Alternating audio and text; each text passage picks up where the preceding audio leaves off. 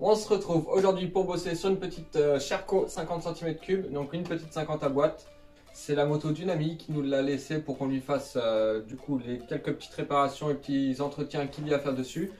Donc voilà, c'est déjà une petite moto qui a une gueule assez sympa, hein, qui a déjà pas mal de petits accessoires aussi assez cool. On va lui remettre des clignots avant, des clignots arrière. On va lui refaire le freinage, donc purge de frein et puis un bon dégraissage de tout ça. Au niveau de l'échappement, on a un petit souci, donc au niveau du joint, ça coule de partout. Alors c'est un joint qui a été fait à la patte, donc on va voir ce qu'on peut faire, faire quelque chose de mieux que ça. En restant sur l'échappement, on va se rendre compte qu'aussi à l'arrière, la cartouche a besoin d'un petit peu de soin. Là, les rivets, ils ont du jeu. Et puis, je viens de me rendre compte aussi que la patte de fixation, là, vous voyez, elle commence à se déchirer. Donc, on va voir pour refaire ça. Malheureusement, il avait été poncé à la disqueuse, ce pot d'échappement. Donc, c'est vraiment dommage. Vous voyez, il y a vraiment des grosses marques dessus. Donc, peut-être, si on a le temps, on essaiera de travailler là-dessus un petit peu. De ce côté-là, on va remplacer le pignon. Et puis, on va remplacer également la chaîne qui a un petit souci. Je ne sais pas si vous voyez ici.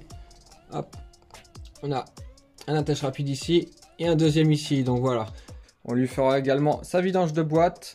Dans le futur, il y aura les joints speed fourche à faire.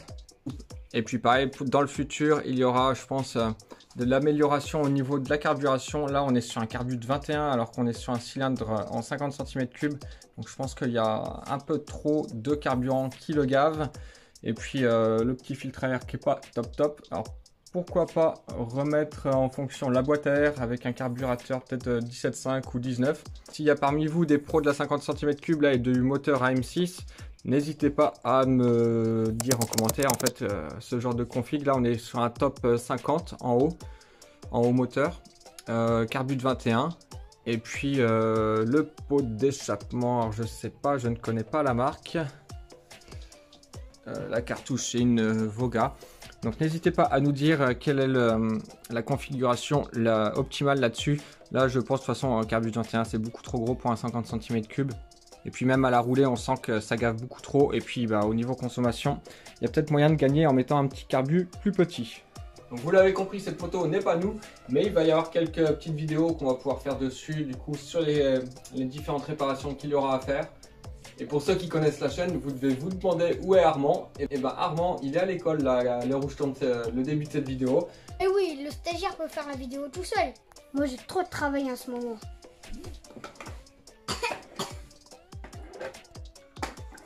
C'est ça ton travail? Ah non, ne filmez pas ça.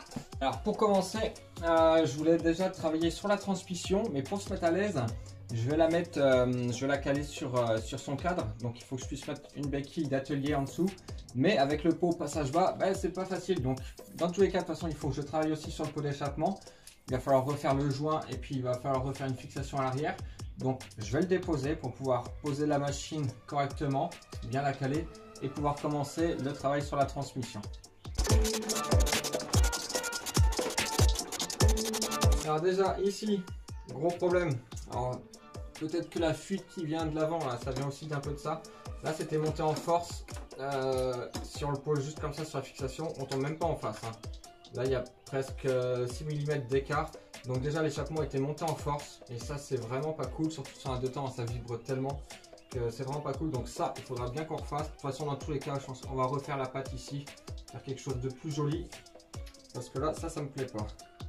Bon, et pour ceux qui ne connaissent pas, Armand en avait parlé dans une vidéo là, qui expliquait des astuces de mécanique. Pour enlever les ressorts, idéalement c'est de se faire une petite ficelle comme ça. Hop. Et vous voyez, on va utiliser la ficelle, on va la passer derrière pour aller se mettre hop, dans la boucle du ressort. Hop. Alors là, du coup c'est pas évident parce qu'on avait fait des gros nœuds sur cette corde, mais voilà. Donc le but c'est d'aller se mettre sur le crochet, hop, et vous n'avez plus qu'à tirer pour enlever le ressort. Je vous mets un petit lien là en haut de la vidéo où Armand expliquait quelques petites astuces de mécanique. N'hésitez pas à aller la voir après celle-ci. C'est des petites astuces qui servent tout le temps. Et là, t'as plus qu'à tirer sur ton ressort. Voilà. Voilà, une fois tu es là, tu peux enlever ton échappement.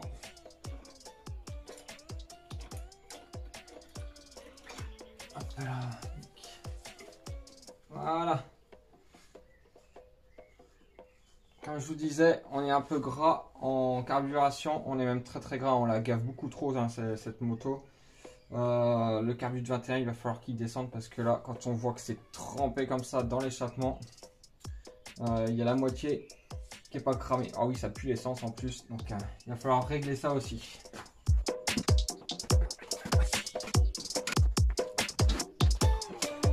Tu vois, par rapport au début, là, quand j'ai filmé au début de la vidéo, là, la transmission, il n'y avait vraiment pas de jeu dessus. Là, en soulageant l'arrière, en fait, tu vois, ça nous remet quand même du jeu. Donc ce jeu-là, faut pas compter dessus. C'est-à-dire que lui, quand on repose la machine, le poids de la machine fait que ça vient s'écraser et du coup, ça vient retendre cette chaîne-là. Donc il faudra prendre en compte, quand on va faire la tension tout à l'heure, tu vas voir, il faudra quand même prendre en compte le fait que la machine est levée et quand on la pose, ça a tendance à la retendre. Voilà, on a la nouvelle chaîne, toute neuve, ça c'est cool d'installer des belles pièces toutes neuves comme ça, avec l'attache rapide, ça c'est cool aussi. Donc là on est sur une chaîne de 134 maillons et là comme elle était c'était 130 maillons. Puis on a aussi un pignon de chez Doppler. Alors par contre Doppler, je crois que ça a bien changé depuis le temps. Moi quand j'étais gamin, Doppler c'était top qualité.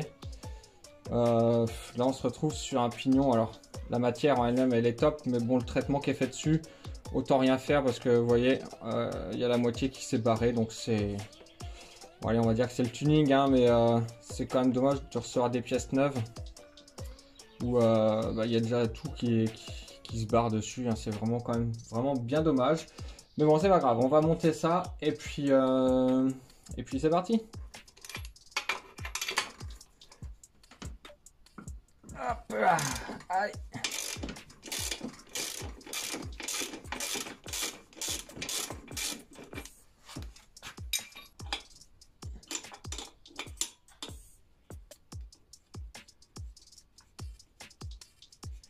Donc là, tu desserres le contre-écrou. Le contre-écrou, c'est celui qui est contre le bras oscillant.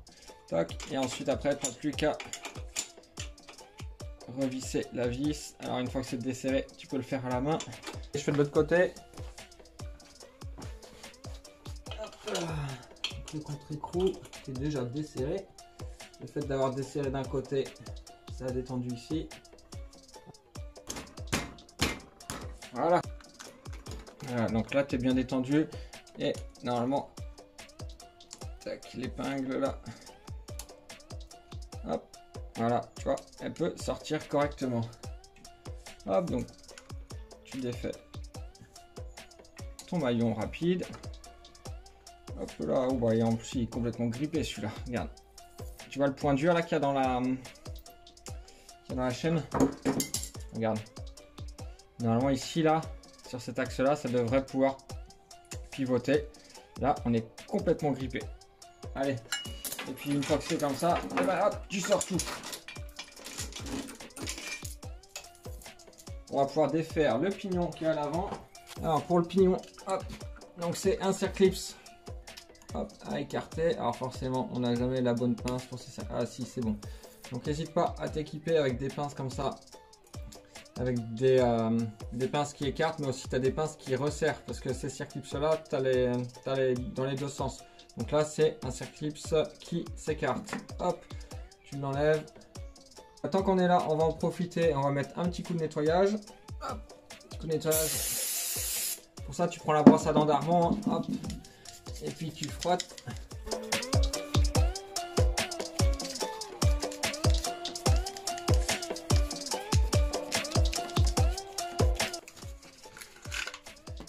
Donc là, on va monter le nouveau pignon. Donc ouais, comme on disait tout à l'heure, c'est vraiment dommage que ça soit déjà abîmé comme ça. Là, c'est tout neuf. Le truc est déjà bien abîmé. C'est vraiment dommage. Donc voilà, là on va remettre le circlips. Alors quand tu remets le circlips, tu vois, tu le mets sur ta pince. Ensuite, tu vas mettre ton doigt ici au milieu. Parce qu'au cas où, si le circlips saute de la pince, et ben le circlips il va pas s'envoler dans l'atelier à l'autre bout comme ça et que tu vas plus le retrouver. Hop. Voilà. Tac, tu vas pouvoir installer la nouvelle chaîne. Alors moi je te le conseille, c'est que quand tu changes un élément de la transmission, il faut tout changer. Hein. C'est pas parce que ta couronne elle est encore bonne et que ton pignon avant est pourri qu'il faut changer juste le pignon. Hein. Change tout. Parce que si tu remets quelque chose de neuf avec quelque chose d'usé, bah, tout va se flinguer hyper rapidement en fait. Vaut mieux tout changer, repartir sur quelque chose de neuf. Hop. Et au moins tu es tranquille.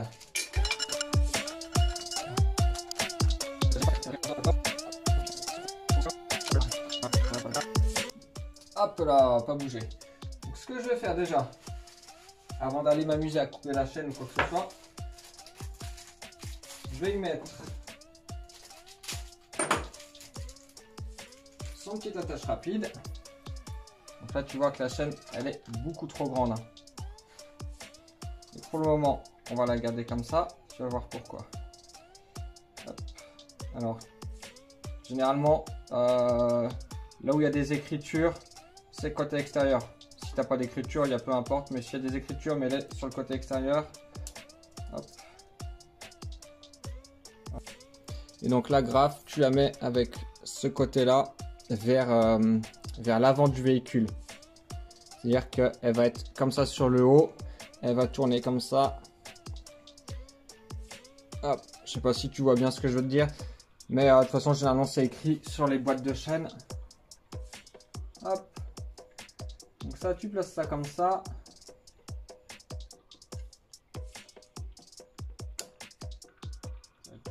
Donc là, c'est pareil, n'hésite pas à mettre un doigt dessus comme ça parce que si la graffe elle saute dans l'atelier, c'est chiant à retrouver. Sauf si tu as un atelier qui est propre de chez propre. Ce qui n'est pas le cas ici. Parce que nous, on aime notre bordel. Une fois qu'elle est mise comme ça, moi, ce que je vais faire, c'est que je vais emmener la roue arrière le maximum vers l'arrière. Et tu vois, j'ai bien fait de ne pas la couper parce que regarde, on peut la laisser en entière. Hein. Donc là, ce que tu vas faire, c'est que tu vas mettre tes tendeurs. Donc les tendeurs, tu sais, ta vis avec le contre-écrou là. Tu les emmènes au maximum. Là, tu détends, tu détends, tu détends. Et alors là, moi, ce que je fais pour faire attention de chaîne, donc je prends une clé plate. Là, je prends la clé de 11. Généralement, je fais avec la clé de 10, mais là, vu que je vais avoir besoin de la clé plate de 10 pour resserrer ici et que j'en ai qu'une, hop, je vais mettre ma clé de 11. Hop, je vais venir la caler et me mettre hop, juste au-dessus de mon axe. Une fois que je suis comme ça, hop, je vais tout tendre. Donc, voilà, tu as juste à ramener ton contre-écrou le long du bras oscillant. Et puis on va faire pareil de l'autre côté forcément. Là, tu es bien mis des deux côtés, donc tu mesures. Hein. Tu mesures bien pour que ton axe il soit nickel au niveau de ton bras oscillant, que tu aies exactement le même réglage des deux côtés. Et puis tu resserres ton axe. Hop là.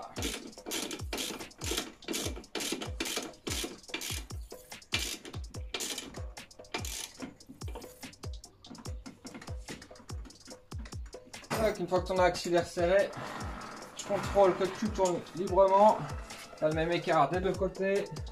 Hop, allez, on est bon là-dessus.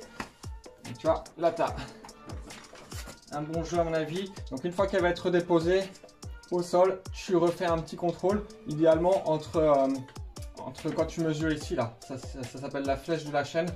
Il faut qu'il y ait entre 1,5 cm et 2 cm. Voilà, il y a beaucoup plus. Mais une fois qu'elle va être posée au sol, normalement on va les avoir. Et tant que je suis à travailler sur la transmission, hop, mettre un petit coup de contrôle au vis.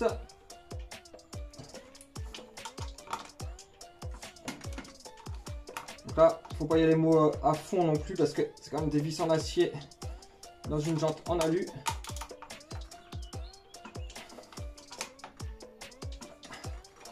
Normalement, on est bon. Allez. Et alors, si tu as des doutes sur les fixations comme ça, n'hésite pas, tu prends un marqueur comme ça. Ça, c'est un marqueur de chantier. Mais tu peux prendre un Posca. Avec un Posca, tu fais un petit trait comme ça qui va sur le côté de ta vis et sur ta couronne.